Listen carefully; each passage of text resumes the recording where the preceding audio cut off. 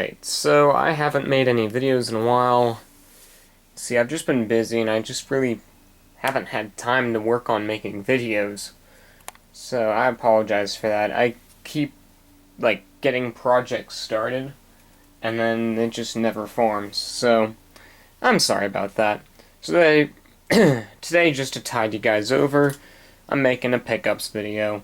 This is basically a bunch of stuff that I've picked up over the past few months, and I kept meaning to make videos about them, but I never did.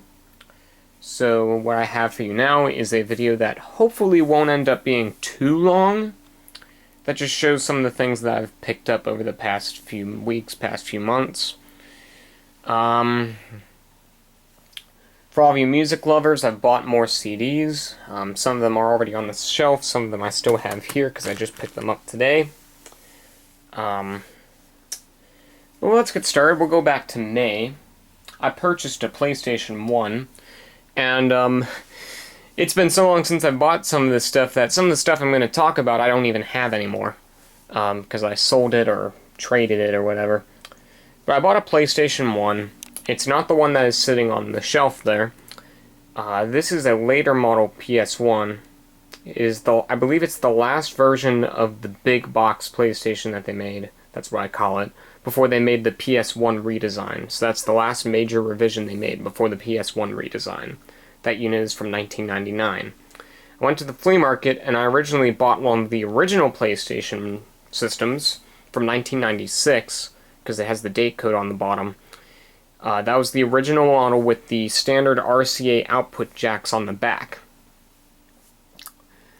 And I brought it home, I paid like $10 for it, and it came with a bunch of games. Some of them are here. It came with Activision Classics, Rage Racer, Grand Theft Auto 2, Croc Legend of the Gobos, Duke Nukem Total Meltdown, Frogger, Pac-Man World 20th Anniversary, Tomb Raider 2, and there's a CD in the system that it came with, which was Crash Bandicoot Warped. And so I brought it home. It came with one controller, so I plugged it in, tested it. It read the games, but it did not appear to be detecting my controller. So I wasn't sure if it was the controller or the controller port on the system. And I looked up the problem, and it turns out that the controller ports on these things tend to break sometimes, either due to heavy use or to something on the board going bad, or a blown fuse inside the system. So I naturally thought that was the problem. So I posted a picture of it on Facebook and just said, hey, I bought a PlayStation, but it doesn't appear to be working. So if anyone has a system lying around that doesn't work or they don't use anymore, I'd appreciate it if you give it to me. I didn't exactly word it that way, but that's the gist of what I said. So the next day in school, or a couple days later in school, one of my friends said, hey, you still need a PlayStation? And I was like, yeah.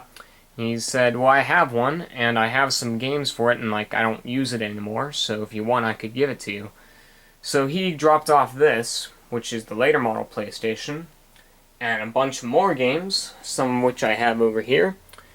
I got with that Crash Bandicoot Warped, Army Men, Air Attack 2, Army Men 3D, Medal of Honor, X-Men Mutant Academy 2, Mission Impossible, Dynasty Warriors, and then another copy of Pac-Man World, Toy Story 2, WCW NWO Thunder,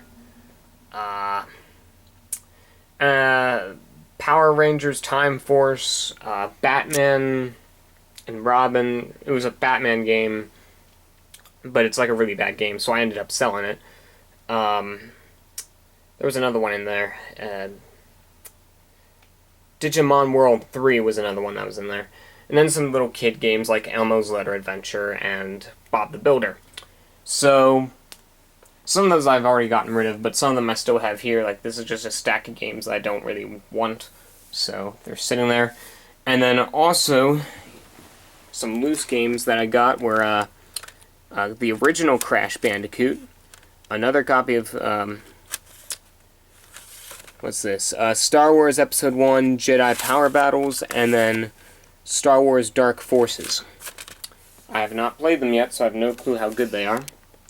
So then he gave me that. The system was really filthy when I got it, but it did work. But I plugged in my controller, and it didn't pick it up. So I'm like, oh crap, I have 2 systems with broken controllers. But then I reached into the bag of stuff that he gave me, and there were 2 controllers in there. I plugged them in, and what do you know, the controllers worked. So it turned out that the problem was not the system, it was the controller I had, which was completely dead. So now I had 2 systems on hand. So I cleaned them up. These systems are really easy to take apart. So I ended up just taking the systems apart. I took all the electronics out and thoroughly washed the plastic. And now it's hard to tell on camera, but now the system looks like it just rolled off the factory floor. Other than a couple deeper scratches that I couldn't get rid of, but you can't really notice them. So I cleaned them both off. I ended up keeping this one because it's a later system, and I ended up selling the other one. I would have kept both, but I just didn't need to have 2 on hand, and the other system was just taking up space.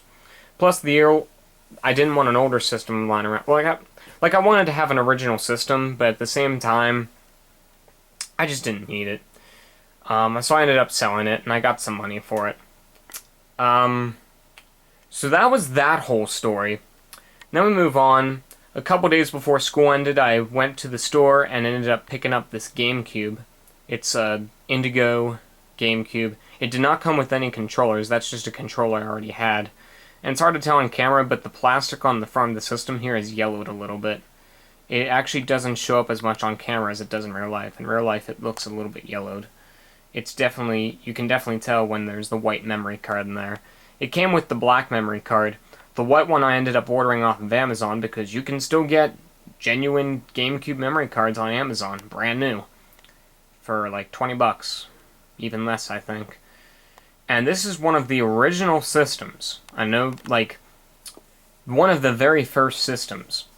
Because first off, it has component video output on it. I don't have a component video cable, and those cost about 200 bucks, so I'm not going to be getting one anytime soon unless I find one out in the wild for a cheap price. But it does have that. But I know that it's a very original system because it's made in Japan. On the bottom, the sticker says made in Japan. And the reason I know this is an original, like this is one of the very first systems, is because this came out in November of 2001. And in January of 2002, Nintendo announced that they'd be moving production of the GameCube from Japan to China. So this means that this is one of the very first GameCubes made.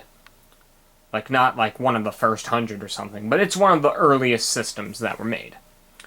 So I think I paid like 20 bucks for that, which isn't a bad price. I still can't believe some stores like the Exchange want to charge 75 bucks for a GameCube when almost everywhere else no one's going to pay more than 20 for this system. But it works fine. It's a little bit dirty, but it's alright, it works. Moving on, one of my friends gave me his copy of Mega Man Legends, which you can see there, and I am very happy to have that because that game is not easy to find, especially for a decent price. So thanks, Ross! Don't know if he'll ever see this video, but whatever. What else? I bought some other little odds and ends. I think I already made a video showing the GameCube controller that I bought off Amazon and the GameCube controller adapter that I got from Nintendo's website. And I made a video on that camcorder, the Sony Bloggy. And then I went to a retro game store in my area a few days ago and bought a couple games. First one, this is probably the biggest find, Star Wars Shadows of the Empire for the Nintendo 64. In the original box, I don't think it comes with everything. It doesn't have the white cardboard insert that I think they put in there, and it's missing the precautions booklet, but it has the cartridge and it has the instruction manual. I'll pull out for you to see. So that's good enough for me, and it's my first boxed Nintendo 64 game. Up to this point, I have not had any boxed N64 games. I have 2 boxed Super Nintendo games, and a boxed NES game, and then a bunch of boxed Genesis games. Oh yeah, and those are other games that I bought at the flea market that I don't think I talked about. I got Bubsy for the Genesis.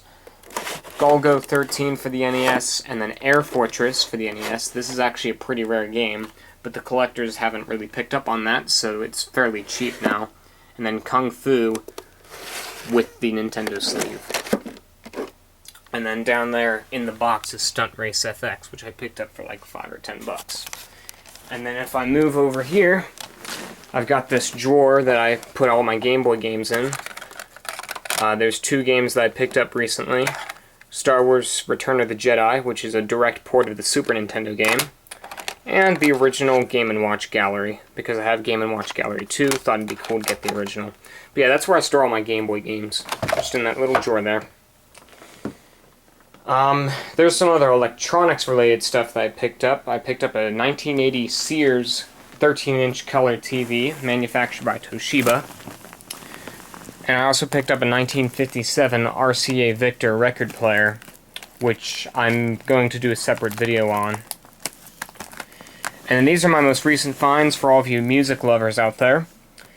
I got a bunch of Walmart gift cards because I recently got my braces taken out, and the orthodontist place I go to, they give you gift cards for putting up with braces for 4 years.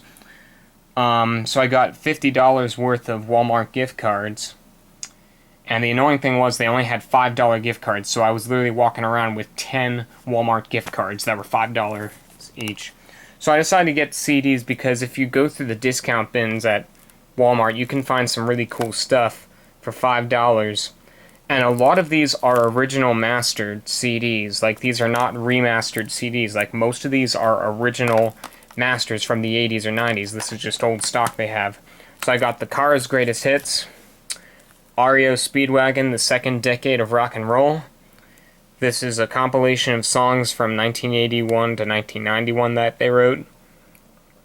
Some of them are studio recordings, but a lot of these are live recordings, which is part of the reason I bought this. Alice in Chains Facelift. I believe this is one of their earlier albums. It's from 1990. And it even says AAD, which means this was recorded and mixed in analog and then mastered digitally. Kiss, Smashes, Thrashes, and Hits. Fleetwood Mac Greatest Hits. This is from 1988, as is that CD. Aerosmith, Toys in the Attic. Of course, we all know this is originally from 1975, but this remaster is from 1993. So it is remaster, but this is before they started getting ridiculous with the compression and all that.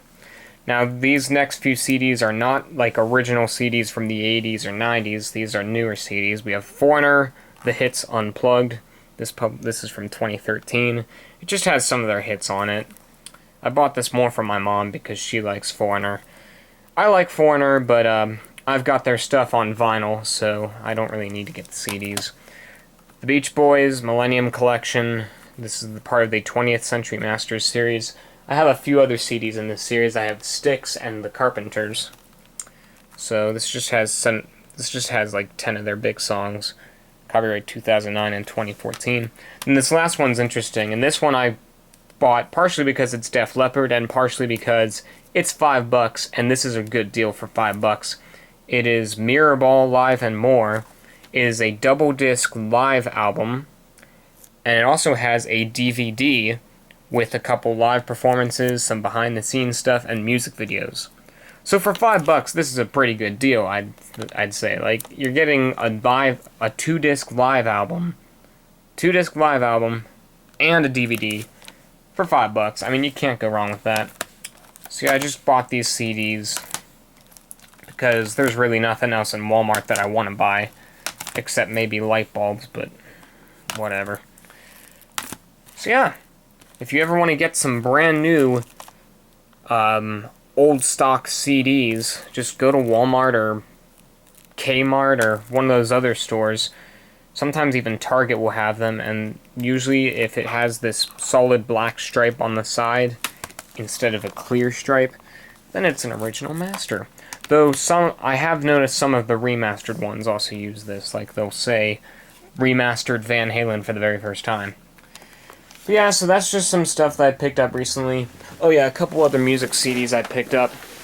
Some of them new, like another one I got from Walmart was the Good Morning Vietnam soundtrack. and Chicago If You Leave Me Now and Other Hits, which is a more recent compilation, but thankfully the remastering isn't too ridiculous. Some other CDs I picked up recently were Meatloaf, Hits Out of Hell, Black Sabbath, Paranoid. That's another one that I got from Walmart, and it's like the very original CD. Like, it even says this was originally recorded on analog equipment.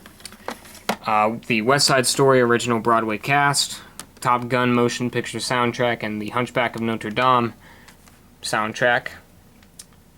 I think that covers everything. I also got a couple, they're up here, a couple Richard Marx CDs, Rush Street and Repeat Offender. I already had his original CD. So yeah, those are all my recent pickups in the gaming and the music world. As for the Sears TV and the RCA Victor record player, those are going to be separate videos for another time, and hopefully it won't take 3 months to make them. But I hope you guys enjoyed the video. Thanks for watching.